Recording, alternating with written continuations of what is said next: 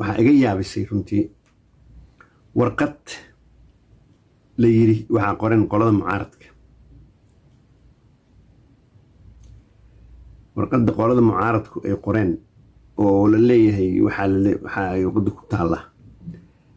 warqadda waxaa ku taala muxuu ahaa in Soomaaliya dib loogu celiyo ku meel gaar Soomaaliya dib loogu celiyo hadda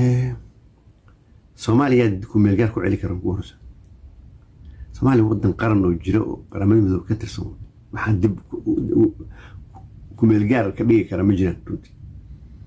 warqadda laftigeedana warqadda horta dadku saas ay qaateen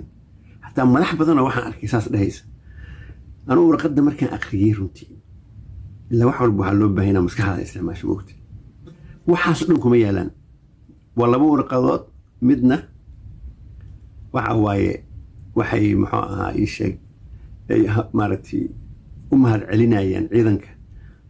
UNISOM ay u mahad celinayaan midna waxa waaye waa cabanayaan oo waxay leeyihiin dowladii asaan yeeshay oo muxuu ahaa dowladday ka cabanayaan adiga iyo maaragtay maamulkeeda laakiin marnaba warqadaha kuma jiraan in Soomaaliya dib loogu celiyo muxuu ahaa ku meel gaar in Soomaaliya dib loogu celiyo kuma jiraan warqadahaas labada warqad waa inta sudaana ku leeyahay waa haftooda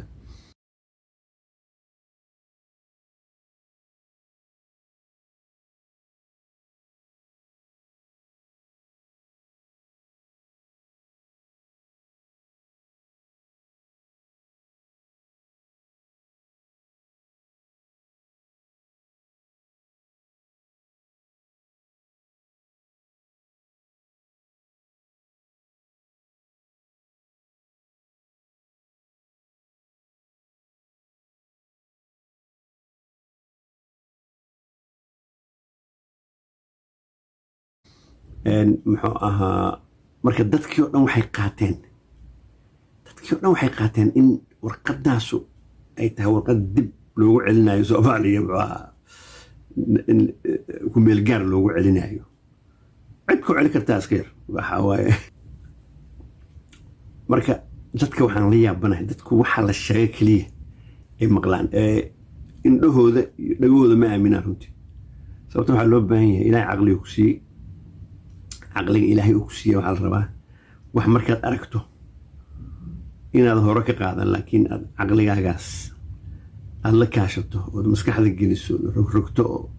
وهذا فيروس مارتي